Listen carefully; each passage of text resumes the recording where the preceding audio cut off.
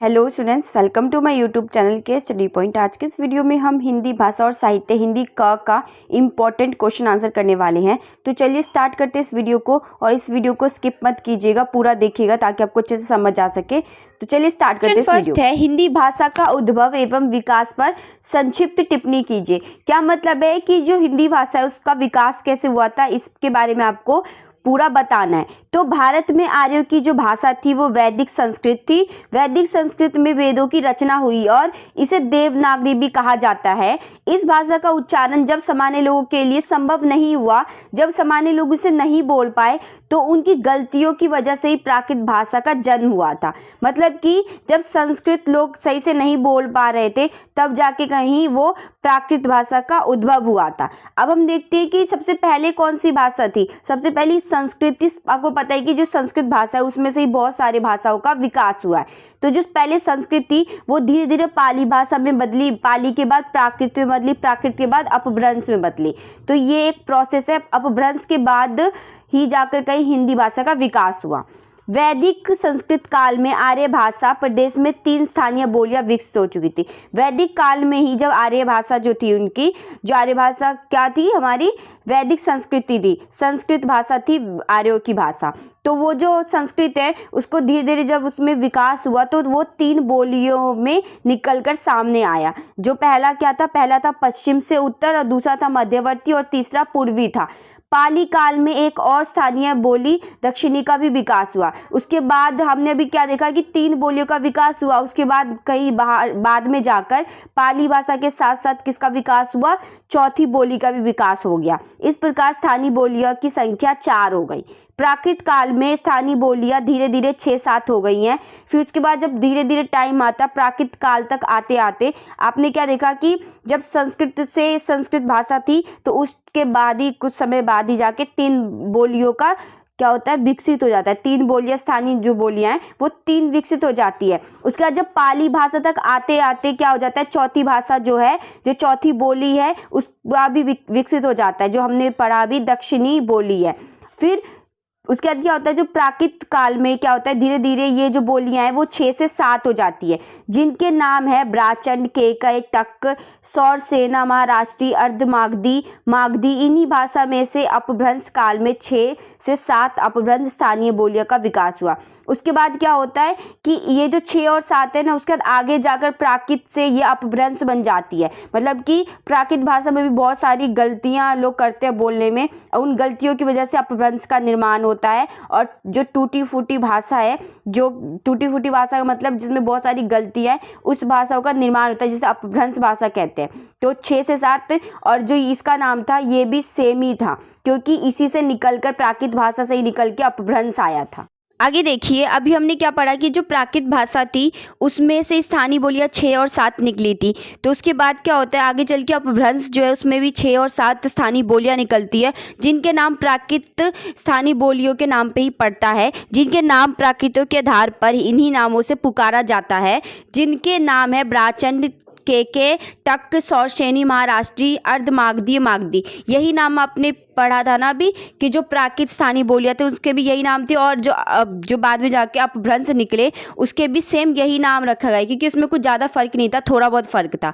इन्हीं अपभ्रंशों से आधुनिक भाषाएं विकसित हुई, जिनके नाम है प्राचंड से सिंधी निकला, और फिर केके से लहंदा निकला, टक से पंजाबी भाषा निकली, सौरसेनी से गुजराती, राजस्थानी, पश्चिमी हिंदी, पहाड़ी भाषा निकली, महाराष्ट्री से मराठी, अर्धमागधी से पूर्वी हिंदी, मागधी से बिहारी, बांग्ला, असमी, उड़िया। इस प्रकार हिंदी जो 5 उपभाषाओं पश्चिमी हिंदी, पूर्वी हिंदी, राजस्थानी, पहाड़ी, बिहारी का नाम है, और यह सौरसेनी, अर्धमागधी तथा मागधी अपभ्रंश से 1000 ईस्वी के आसपास उद्भव हुई।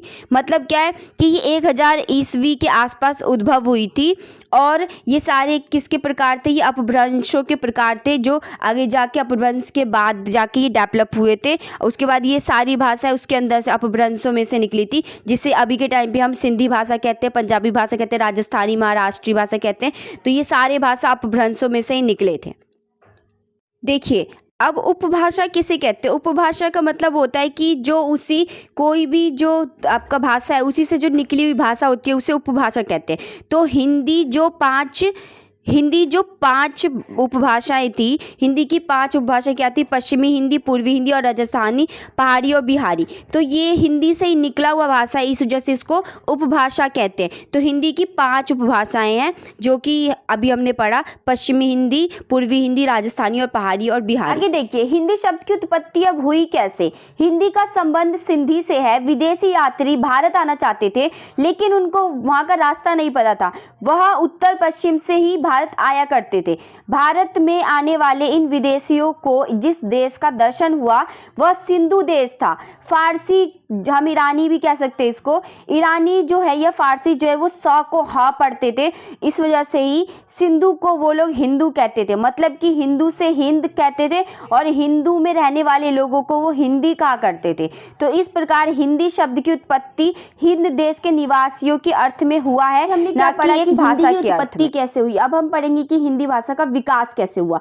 तो हिंदी का प्राचीनतम रूप जो है वो संस्कृत है। आज हम जिस भाषा को हिंदी के रूप में जानते हैं वह आधुनिक आर्य भाषाओं में से एक है। मतलब कि जो आधुनिक आर्य भाषा थी, आर्य जो भाषा थी वो क्या थी? संस्कृत थी। तो संस्कृत का ही एक रूप है हिंदी। आइए, भाषा का प्राचीनतम रूप वैदिक संस्कृत है। कि हमें पता है जो भाषा का जो प्राचीन रूप है, जो पुराना रूप है, वो वैदिक संस्कृत है। संस्कृत भाषा को भी 2 भागों में बांटा गया है। पहला है वैदिक संस्कृत, दूसरा है लौकिक संस्कृत। अब जो वैदिक संस्कृत था वो क्या था और लौकिक संस्कृत क्या था? वैदिक संस्कृत में वेद, संगीता, उपनिषदों का रचना हुआ। लौकिक संस्कृत में बोलचाल की भाषा थी। मतलब कि वैदिक संस्कृत में वो भाषा को रखा गया जिसमें वेदों की रचना की गई, उपनिषदों की रचना की गई, तो वो वैदिक संस्कृति कहलाया गया। और लौकिक संस्कृत क्या कहलाया गया? जो लोगों द्वारा बोला जाता था, जो आम बोलचाल की जो भाषा थी, उसे लौकिक संस्कृत कहा गया। 18वीं शताब्दी ईसा पूर्व, मतलब कि 18वीं शताब्दी से पहले लौकिक संस्कृति का प्रयोग साहित्य में होने लगा था। मतलब कि 18वीं शताब्दी से पहले ही लौकिक संस्कृत था, उसका भी प्रयोग किया जाने लगा था वेदों में और साहित्यों में। जैसे रामायण, महाभारत लौकिक संस्कृत में ही लिखे गए हैं। आगे देखिए, 1000 ईस्वी से अब तक इसको 3 कालखंडों में बांटा गया है। पहला है आदिकाल, दूसरा है मध्यकाल, तीसरा है आधुनिक काल। जो आदिकाल है वो 1000 से 1500 ईस्वी तक आता है और जो मध्यकाल है वो 1500 ईस्वी से 1800 ईस्वी तक आता है और जो आधुनिक काल है वो 1800 ईस्वी से अब तक चल रहा है। तो पहले हम पढ़ते हैं कि प्राचीन काल क्या है। कि 1000 ईस्वी से अब तक इसको 3 कालों में बांटा गया है कि कैसे कैसे भाषाओं का, हिंदी भाषा का विकास हुआ। तो प्राचीन काल या आदिकाल आप कह सकते हैं। हर विद्वान के अपने मत के अनुसार किसी ने इसे पहली शताब्दी से 18वीं शताब्दी तक कहा है, तो किसी ने 9वीं, तो किसी ने 12वीं, तो किसी ने 13वीं तक कहा है इसको। लेकिन ये कुछ एक आप निश्चित नहीं बोल सकते हो, लेकिन हम 1000 से 1500 ईस्वी तक मान सकते हैं इसको कि इसके बीच में ही आदिकाल चला था। इस काल में विभिन्न क्षेत्रों में जो बोलियां बोली जाती है उनका विकास हुआ था। कि जो विभिन्न क्षेत्रों में जो बोलियां बोली जाती थी उसका विकास धीरे धीरे हुआ था, वो जाकर डेवलप हो गए थे। वही बोलियां साहित्य में प्रयोग की जाने लगी थी। धीरे धीरे क्या हुआ था, जो बोलियां थी उनका भी प्रयोग साहित्यों में होने लगा था। आदिकाल की हिंदी की मुख्य विशेषताएं। आदिकाल में जो हिंदी की मुख्य विशेषता थी वो थी उन्हीं ध्वनियों को या स्वर व्यंजनों का प्रयोग मिलता है जो अपभ्रंश में प्रयुक्त होती है। मतलब कि जो अपभ्रंश में मिलती है वही भाषा थोड़ा सा डेवलप होके हिंदी भाषा में हमें मिलती है। अपभ्रंश में केवल 8 स्वर थे, अ, आ, ई, उ, ऊ, ए, ओ। यह 8 ही स्वर मूल थे। ये बहुत ही इंपॉर्टेंट स्वर थे। आदिकालीन हिंदी में 2 नए स्वर ए और विकसित हो गए। कि ए और विकसित हो गए थे ये आगे जाकर, जो संयुक्त स्वर थे। अब इसको संयुक्त क्यों कहा गया? क्योंकि इसमें 2 स्वरों को मिलाकर बना था तथा जिनका उच्चारण अ, ए, आ, ओ। देखिए इसमें 2 स्वर है ना, तो इसलिए इसे संयुक्त स्वर कहा गया। संयुक्त मतलब होता है कि जॉइंट कोई भी चीज़ होता है उसे संयुक्त कह देते हैं। तो अड़ा, ढा व्यंजन, अब जो ये व्यंजन है उसमें भी अपभ्रंश में नहीं थे, किंतु इस काल के हिंदी में इसका विकास हो गया था। कि अपभ्रंश में अड़ा और ढा नहीं था, फिर भी बाद में जाके इसका हिंदी में प्रयोग किया जाने लगा था। अपभ्रंश में न्या, म्या, ल्या संयुक्त व्यंजन थे। अब जो व्यंजन था उसमें भी संयुक्त व्यंजनों का प्रयोग किया जाने लगा, किंतु इस काल में आकर यह व्यंजन न केवल न, म, ल के रूप में परिवर्तित हो गए। कि जो ये संयुक्त में थे ना व्यंजन, इसको बाद में जाके क्या सिंगल बना दिया गया। मतलब कि पहले न म ल हुआ करता था ना, तो अब इसे सिंगल न म ल के रूप में परिवर्तित कर दिया गया।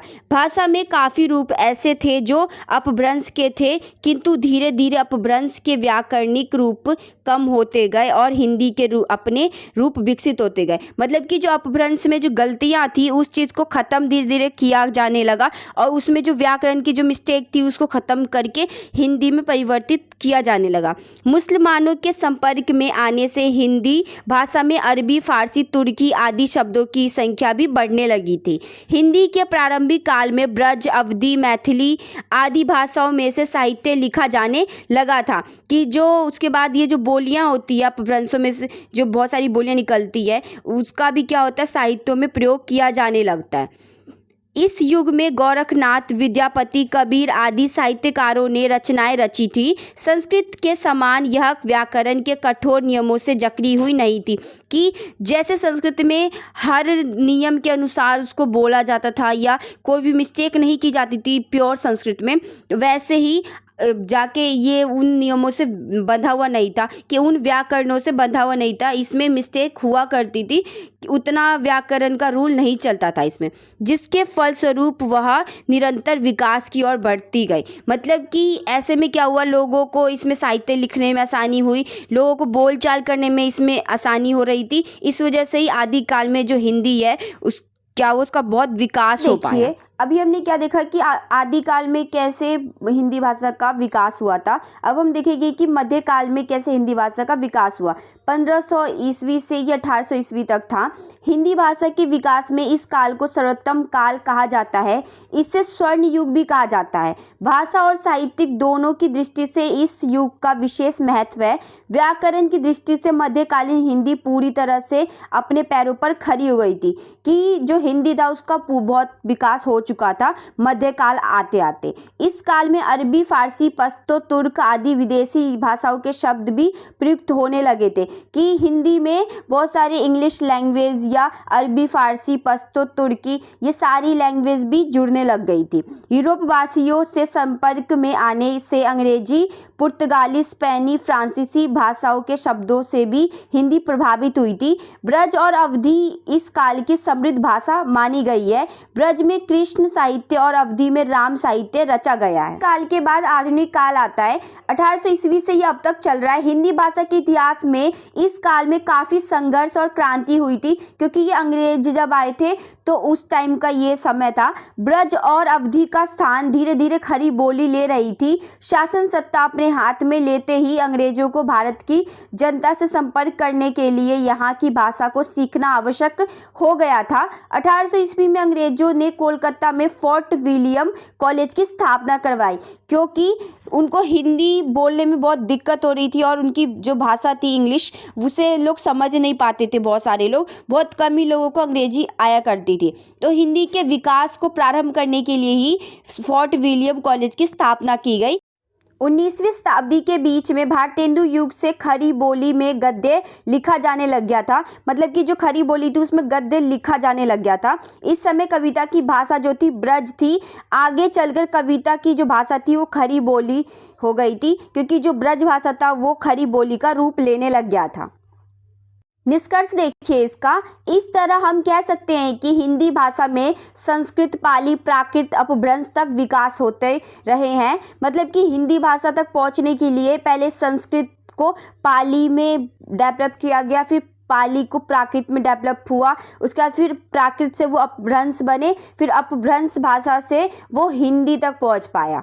तो ये जो विकास था वो ये पूरा प्रोसेस के थ्रू उसके बाद हम हिंदी भाषा को देखते हैं। हिंदी भाषा के विकास को 3 भागों में बांटा गया है। पहला है प्राचीन काल, दूसरा है मध्यकाल और तीसरा आधुनिक काल।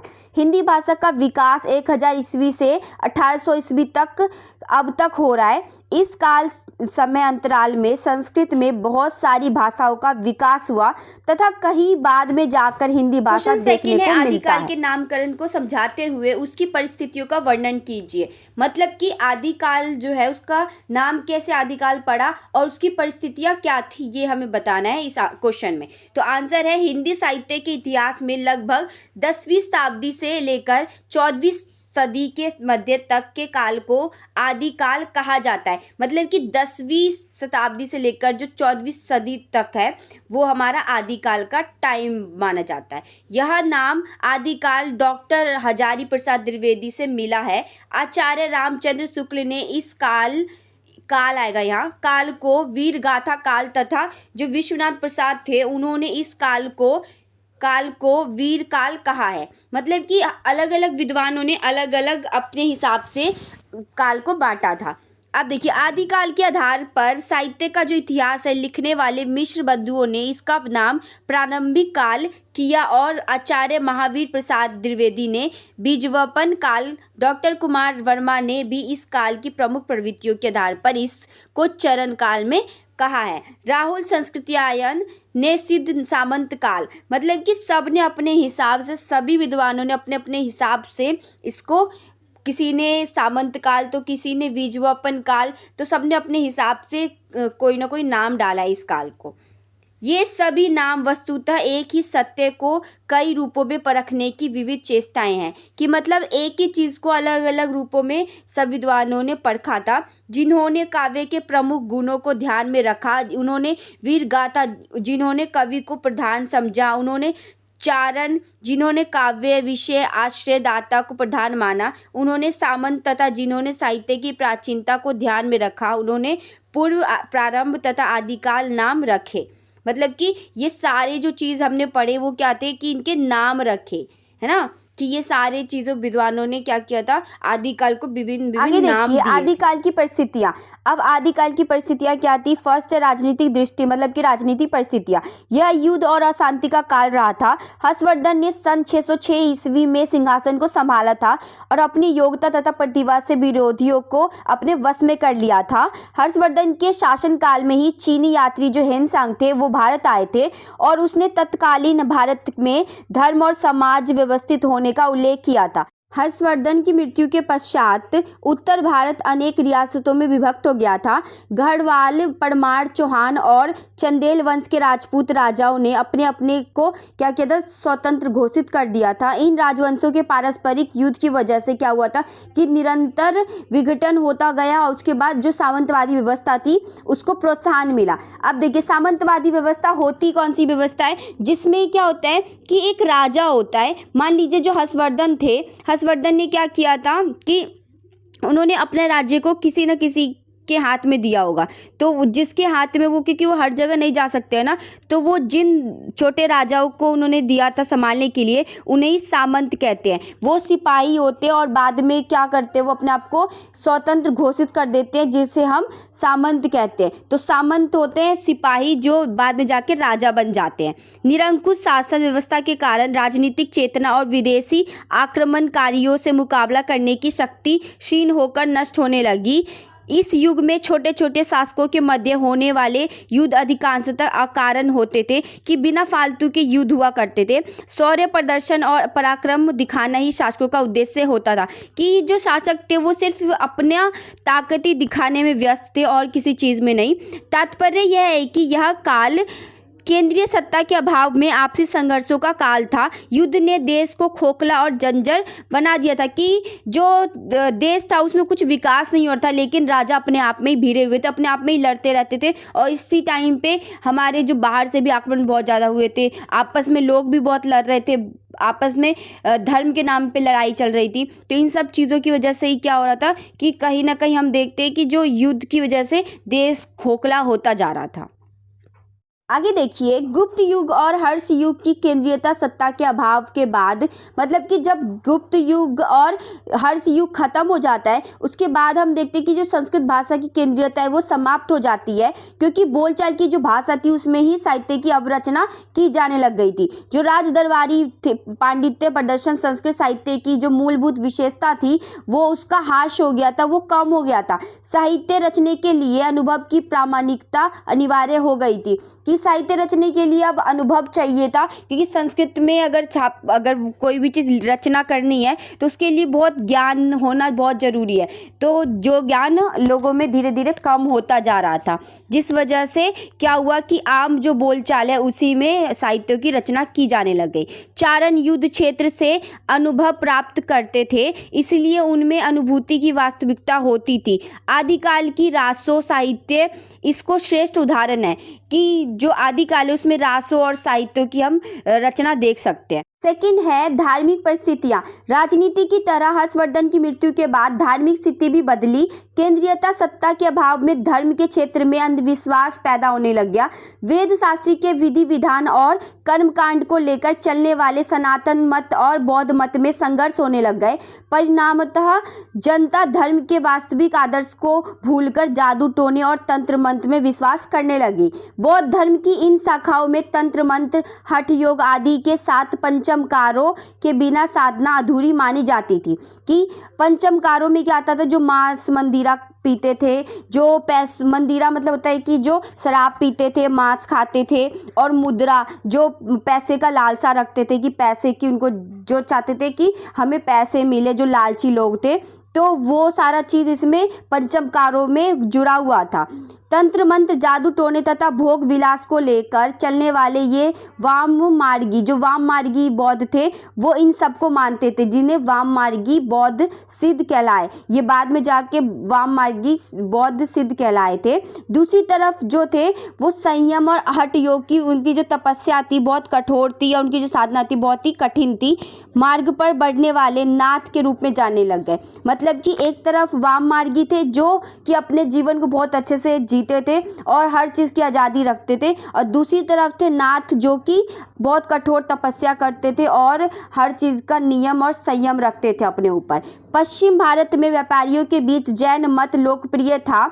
पश्चिम भारत में जैन मत का प्रचार हो रहा था। क्या मतलब है कि पश्चिम भारत में भी जैन मत जो था बहुत ही प्रसिद्ध था, लेकिन वो बौद्ध धर्म में आने की वजह से क्या हुआ था, जैन धर्म पे भी प्रभाव पड़ा था इस चीज़ का, जिसके कारण क्या हुआ था कि जो जैन धर्म है वो अपने आदर्शों को भूलकर उनके आदर्शों का पालन करने लग गया। थर्ड है सामाजिक परिस्थितियाँ। अब सामाजिक परिस्थितियाँ क्या थी, राजनीति एवं धार्मिक परिस्थितियों के कारण समाज में क्या हो गया था, विसंगतता आ गई थी, मतलब कि बुराइयां आ गई थी। सामान्य जनता शिक्षा से वंचित थी, क्योंकि ये सारे टोना और तंत्र मंत्र पे विश्वास करने लग गई थी, जिस वजह से वो अनपढ़ रह गए थे और शिक्षा से वंचित रह गए थे। निर्धनता बढ़ती जा रही थी, मतलब कि गरीबी बढ़ती जा रही थी, जिसने जनता की स्थिति को अत्यंत दयनीय बना दिया था। गरीबी की वजह से बहुत ही ज़्यादा लोग जो थे वो मर रहे थे और बहुत ही कठोर जीवन हो गया था उनका, बहुत ही परिश्रम करना पड़ रहा था उनको कोई भी चीज़ खरीदने के लिए।